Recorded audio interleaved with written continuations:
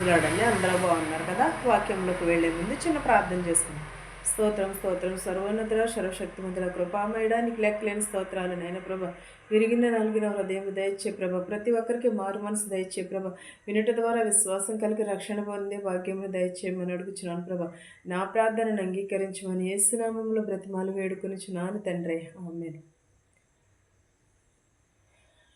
యోహాను సువార్త 3వ అధ్యాయము 2వ వచనం నుంచి ఇలాగ వ్రాయబడినది.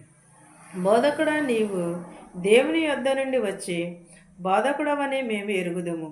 దేవునికి దేవుడు అతనికి తోడై ఉంటేనే గాని నీవు చేయుచున్న సూచక్రియలను ఎవడునూ చెయ్యలేడని ఆయనతో చెప్పను. ఎవరిని?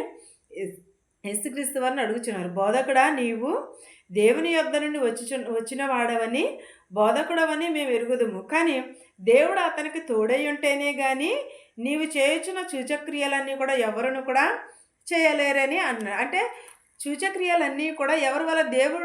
దేవుడు మనకు తోడై ఉంటేనే కదా ఏ సూచక్రియ అయినా ఏదైనా చేయగలము. దేవుని ఆజ్ఞ లేకుండా మనం ఏదైనా చేయగలదమా? మనం ఈ భూమి మీద నివసించగలమా? దేవుని కోపము కానీ దేవుని ఉగ్రత కానీ మనము ఎంత మాత్రమును కూడా తట్టుకొనలేము. ఎందుకంటే దేవుడు మనకు తోడై ఉంటేనే కదా ఏదైనా చేయగలము. దేవుడు తోడు లేకపోతే ఏ దేవుడైనా సరే, నీ దేవుడైనా నా దేవుడైనా ఎవరి దేవుడైనా దేవుడు తోడుంటేనే మాత్రమే ఎదరికి వెళ్ళగలం, లేకపోతే మనం ఎదరికి వెళ్ళలేము. దేవుడు తోడు లేకపోతే ఎదరికి ఎవరము కూడా వెళ్ళలేము. కానీ దేవుడు తోడై ఉంటేనే సూచక్రియలు కానీ ఏదైనా కూడా మనము చేయగలము. అందుకు యేసు అతనితో, ఒకడు క్రొత్తగా జన్మించితేనే గాని అతడు దేవుని రాజ్యమును చూడలేడని నీతో నిశ్చయముగా చెప్పుచున్నానని. అంటే దేవుని రాజ్యము చూడాలంటే ఏమి ఉండాలి? క్రొత్తగా జన్మించాలి. అంటే క్రొత్తగా జన్మించటం అంటే తల్లి గర్భంలో నుంచి జన్మించటం కాదు. మనం నూతన స్వభావమును, నూతనమైన మనసును, మంచి హృదయమును కలిగి ఉండాలి. మన పాపపు జీవితమును విడిచిపెట్టాలి. మనము దేవుని యందు భయమును భక్తిని కలిగి ఉండాలి. దేవుడు అప్పుడు మనకి ఎప్పుడును కూడా నిత్యము కూడా తోడై ఉంటాడు.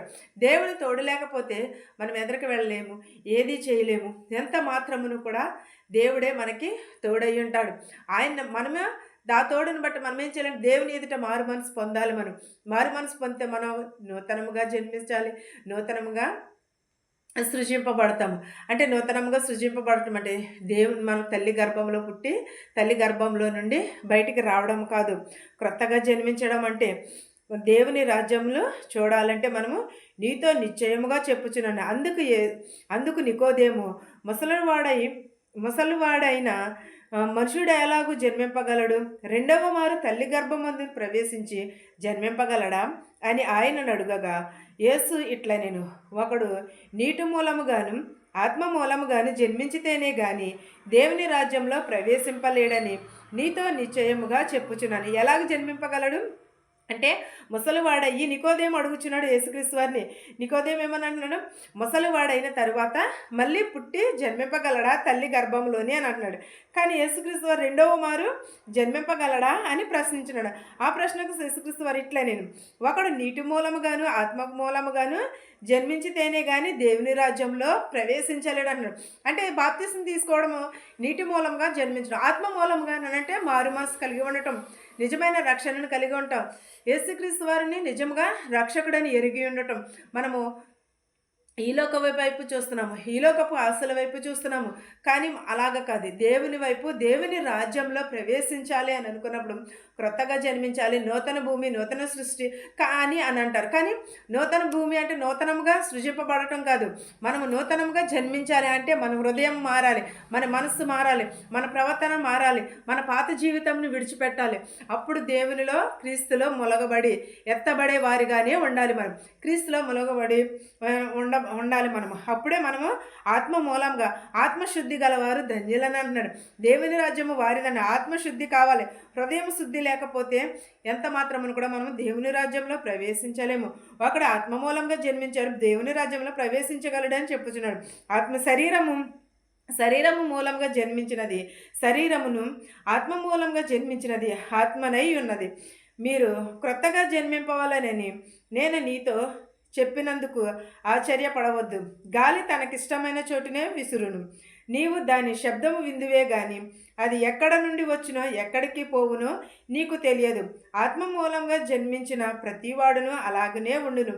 అందుకు నికోదేము, ఈ సంగతులు ఎలాగూ సాధ్యములని ఆయనను అడుగగా, యేసు ఇట్లా నేను, నీవు ఇశ్రాయేలీయులకు బోధకుడవై ఉండి వీటిని ఎరుగవా? మేము ఎవరిని ఎరిగిన సంగతియే చెప్పుచున్నాను, చూచుచున్న దానిని సాక్ష్యమిచ్చుచున్నాను. మా సాక్ష్యము మీరు అంగీకరింపారని నీతో నిశ్చయముగా చెప్పుచున్నాను. భూ సంబంధమైన సంగతులు నేను మీతో చెప్పితే మీరు నమ్మకున్నప్పుడు పరలోక సంబంధమైనవి మీతో చెప్పిన ఎడల ఎలాగూ నమ్ముదురు? మరియు పరలోకము నుండి దిగివచ్చిన వాడే అనగా పరలోకములో ఉండు మనుష్య కుమారుడే తప్ప పరలోకమునకు ఎక్కిపోవును వాడెవడును లేడు. అరణ్యంలో మోషే సర్పము ఎలాగూ ఎలుగెత్తెనో అలాగే ఏమంటున్నాడు? క్రొత్తగా జన్మింపితే నేను నీతో చెప్పిన ఆశ్చర్య పడవద్దు. ఆత్మ మూలంగాను శరీర మూలముగాను జన్మించటం, క్రొత్తగా జన్మించడం అని అంటున్నాడు. ఆత్మ మూలంగా అంటే ఆత్మ శుద్ధి చేసుకోవాలి. శరీర మూలంగా అంటే మన హృదయము మన శుద్ధి చేసుకోవాలి, మన మనసును శుద్ధి చేసుకోవాలి. మనము దేవునిలో ఎదగాలనుకున్నప్పుడు దేవుని వాక్యమును మనం గైకొనాలి. దేవునిని మనము ఎప్పుడు కూడా వెంబడిస్తూ ఉండాలి. ఆయన వెంబడించడం అనేది మనకి ఎంత మాత్రమును కూడా సాధ్యం కాదు. ఆవగింజంత విశ్వాసము కలిగి ఉండమని అన్నాడు దేవుడు. దేవుని వాక్యము మనకి ఎలా ఉన్నది? పాదపీఠముగా ఉన్నది. ఆయన త్రోవలు మనలకు సరళం చేస్తానంటున్నాడు.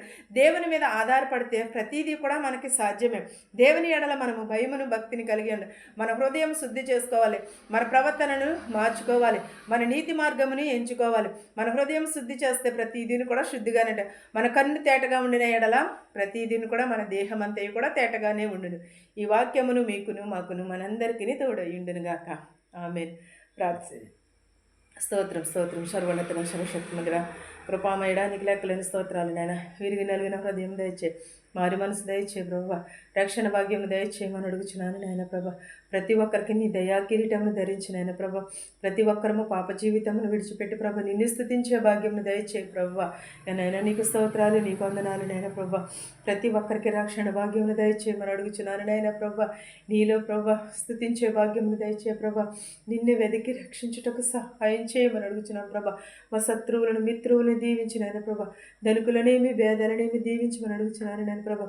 మా దేశాలని మా సంఘాలను దీవించినాను ప్రభా.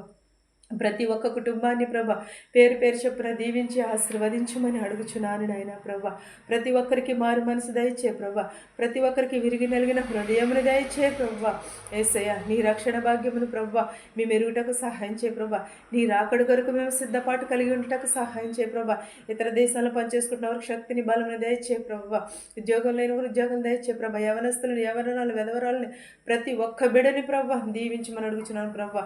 ప్రతి ఒక్క కుటుంబంలో శాంతిని సమాధానమును దయచేయమని అడుగుచున్నాను ప్రభా. విరిగి నలిగిన హృదయమును దయచేయమని అడుగుచున్నాను ప్రభా. ప్రతి ఒక్కరికి రక్షణ భాగ్యమును దయచేయమని అడుగుచున్నాను ప్రభా.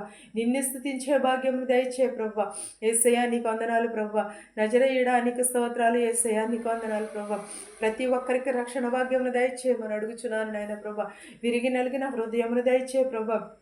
నాయన ప్రతి ఒక్కరికి నీ రక్షణ భాగ్యం అందుకుని భాగ్యం దయచేయమని, నీ రాకడ కొరకు మేము సిద్ధపాటు కలిగిన మనస్సును కలుగజేయమని, నిత్యము నా కుటుంబము నిన్ను స్తుతించే భాగ్యమును దయచేయమని అడుగుచున్నాను తండ్రి. ఆమేన్. పరలోకమందున మా తండ్రి, నీ నామము పరిశుద్ధపరచబడును గాక, నీ రాజ్యము వచ్చును గాక, నీ చిత్తము పరలోకమందు నెరవేరినట్లును భూవేందు నెరవేరును గాక. మనదిన ఆహారం నేడు మాకు దయచేయము. మరణస్తులను మేము క్షమించిన ప్రకారము మరణములను క్షమించుము. దుష్టుల నుండి శోధన నుండి తప్పించుము. రాజ్యమును శక్తియు మహిమయు నిరంతరము నీవై ఉన్నావు మా తండ్రి. ఆమేన్. ఆమేన్. చూచుచున్న వారికి వినిచిన వారికి సదాకాలము నీ కృప తోడై ఉండును గాక. ఆమేన్. అందరికీ వందనాలు.